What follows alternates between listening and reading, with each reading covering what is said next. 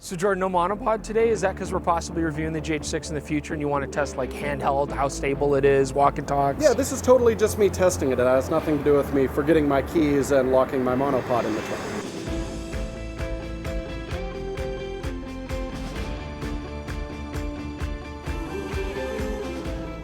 Welcome back, DPReview TV viewers. It is Chris Nichols here. Today we got a quick little review on the new OM System 40-150 f4 Pro, Emswico Digital, of course. Now, I have already played with this lens a little bit when we looked at a pre-production OM1, but we thought we'd give it a nice review, kind of play with it here. It's very compact, and I've already done a lot of bird photography when we did that other video. Today we're gonna hit the streets.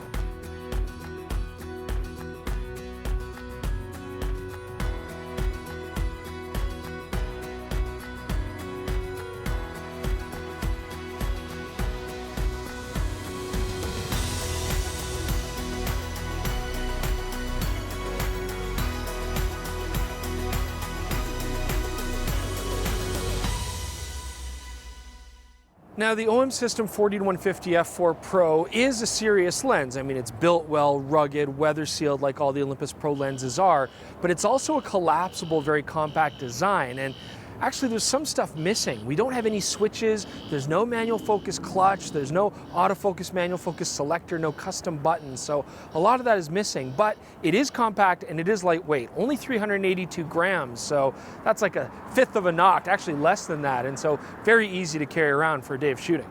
Now, the OM System 40-150 f4's release coincided with their brand new OM1 camera, and it does have some interesting relationships with that camera. First off, the OM1 is IP53 rated for weather sealing, splash resistance, which is very high, and the 40-150 f4 does also maintain that IP53 rating.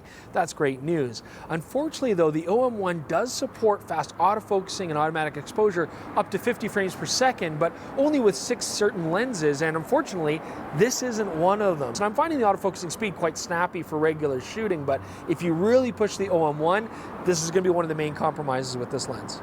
So how does this lens handle shooting around the sun? Well, first off, we look at flare, and really no issues at all. You can see here very minimal loss of contrast. We're getting a little bit of ghosting in the corner, but it's very small. It doesn't really get worse as you stop down. So that was a great characteristic to see.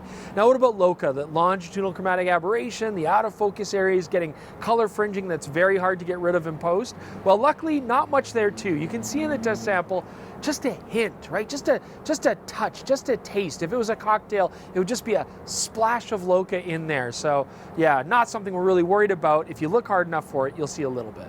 So the one issue though with compact lenses, as much as I love carrying them around, is you often don't get a lot of built-in features like image stabilization.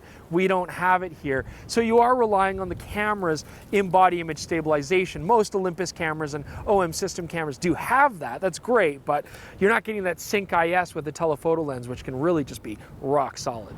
So let's talk about video here very quickly. First off, this lens for video, when you extend it and then change the focal length, there's no change of the outer physical dimensions. Everything's internal zooming. And so that's really nice if you put this on a gimbal. Your point of balance doesn't really change very much.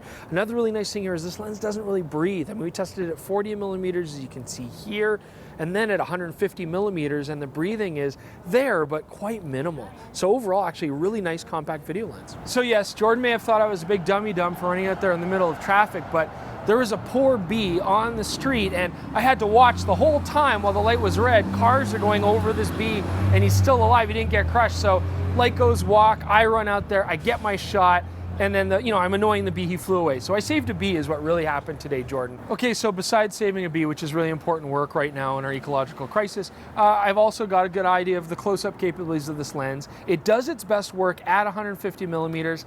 It's not great. I mean, 2.3 feet is your minimum focusing distance. I'd say about 1 to 5 life-size reproduction. You can see here, I mean, there's the bee. But certainly a sharpshooter up close, and yeah, not bad in a pinch. Okay, so let's talk about Bokeh next. And I know what you're thinking, Chris, this is a micro four thirds lens with an f4 aperture. I mean, this is not a shallow depth of field lens, who cares? But There are some interesting features here, and the fact that it does go to a 300mm full frame focal length equivalent means that at f4 you can still get some fairly shallow depth of field. So first off, I'm going to talk about the transition. Very beautiful from in focus to out of focus areas. It's natural looking and it's smooth, and I do really like that. When it comes to specular highlights, first off, I'm going to say very clean. No onion rings or anything like that. Not even a strong soap bubble effect, and that probably, helps to give it that natural look when it transitions from in focus to out of focus. But there is one interesting thing I want to talk about here. Now at f4, this lens still has the aperture blades closed down a little bit. That's interesting. Most lenses actually open up the aperture blades completely, and you're getting the round shape of the barrel assembly that's actually creating your aperture. And so usually wide open, you get really round out of focus highlights. Here on this lens, you can still see here in this sample that slight polygonal shape, even at f4. When you stop down, it's still there because we're already into the aperture blades. Just an interesting feature that I've not really seen on any lenses in recent memory. So let's talk about sharpness on the OM system 40-150. Now, for all the sample shots we're doing just out and about, I am shooting on Olympus OM1 because I feel like that's going to be a more common use case. But for sharpness tests on the test chart, I did want to shoot that on a GH6 just to take advantage and kind of push the lens with a higher resolution of that sensor. So anyways, overall very pleased with the sharpness. I mean, looking at 40mm in the center, wide open at f4, very good sharpness in the center. When stopping down the aperture to 6.3, didn't really notice much improvement in the centers. Okay, so now looking at the corners at f4 at 40mm, again, they still hold up really well. I mean, a little bit of vignetting, and that goes away when you stop down to f6.3 in the corners, but overall, 40mm, it's sharp pretty much at any aperture. I was very pleased that way. 150mm, a little bit of a different story. At f4 on the GH6's 25 megapixels in the center, it's a little bit soft. It's not bad. Corners, of course, are a little bit soft as well.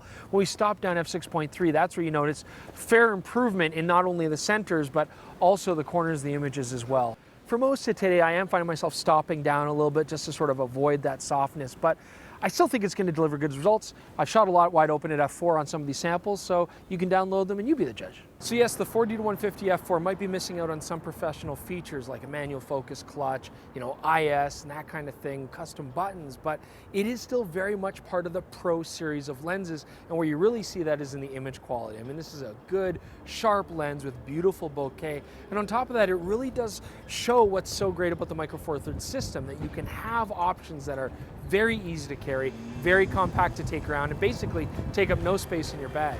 Check out DPReview.com. You can look at our sample gallery, links in the description below. Please leave your comments about what you think about this lens and if it would be a great choice for you in the Micro Four Thirds system.